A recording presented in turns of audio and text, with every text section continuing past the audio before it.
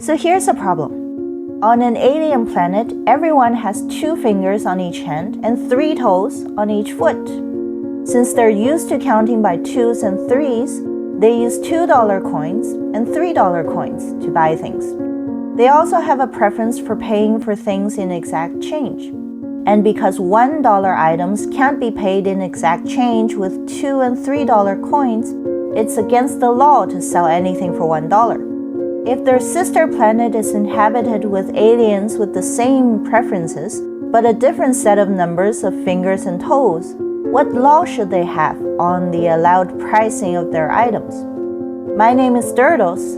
I'm on a mission to collect interesting math problems for school-aged children, and I'd like to take you along.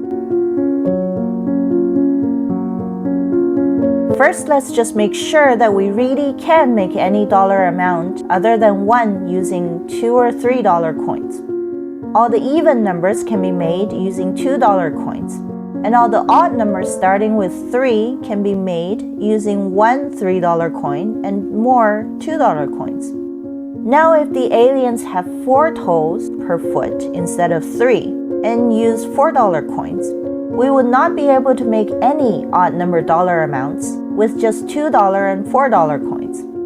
The same thing happens whenever both coin values are even. Similarly, if they had 3 fingers per hand and use only $3 coins, we would only be able to make dollar amounts that are multiples of 3, same as whenever both coin values are multiples of 3. This means on planets where people's numbers of fingers and toes have a common factor greater than 1, the item prices have to be multiples of that common factor. There are other restrictions too, like we cannot make exact change for a $2 item with $4 and $6 coins. But if we take out the common factor of 2 here, we find that it's the exact same situation as the $2 and $3 coin planet we started with. In fact, we can do this for any planet by taking out the common factor between the number of fingers and toes. The question of which multiples of common factor needs to be excluded becomes the same as which prices can't be made in exact change if the common factor was 1. So it seems our main problem is still planets where the number of fingers and toes are relatively prime, meaning their greatest common factor is 1.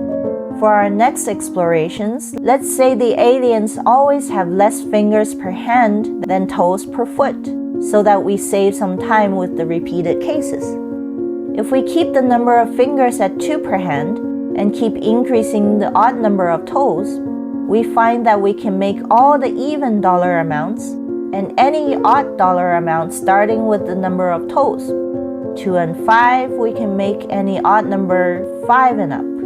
2 and 7, 7 and up. So the dollar amounts we can't make is always the odd numbers that are less than the number of toes. It's not as simple when we move away from 2 though.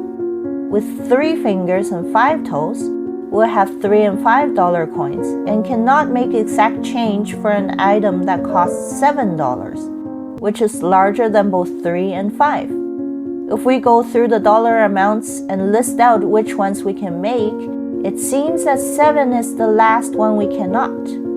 For 3 and 7, the number is 11. For 3 and 8, it's 13. If we move on to more fingers, for 4 and 5, it's 11 again. It seems to have some correlation to how big the numbers of fingers and toes are. At least if we keep one of them unchanged and increase the other, the last dollar amount that cannot be made in exact change also seems to increase.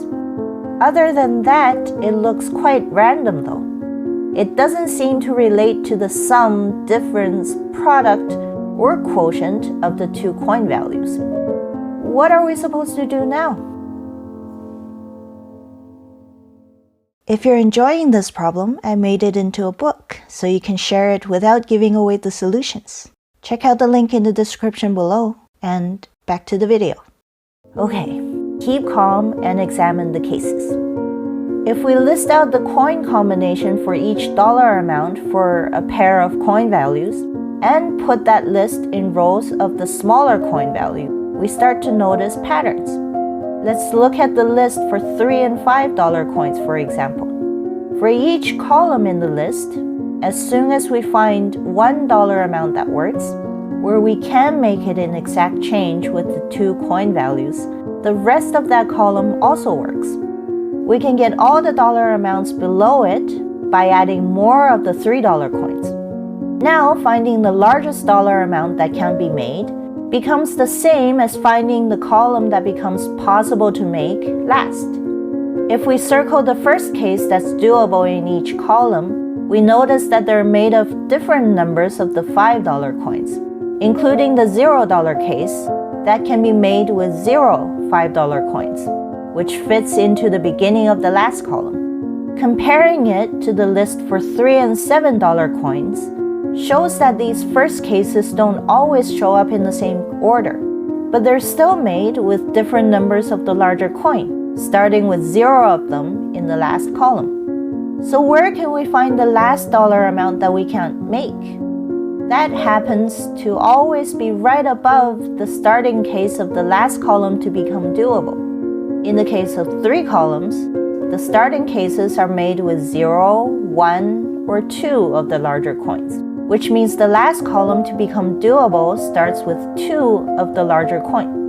The case above it is 3 less in value, which is 5 times 2 minus 3, or $7. This is the largest dollar amount that can be made using $3 and $5 coins.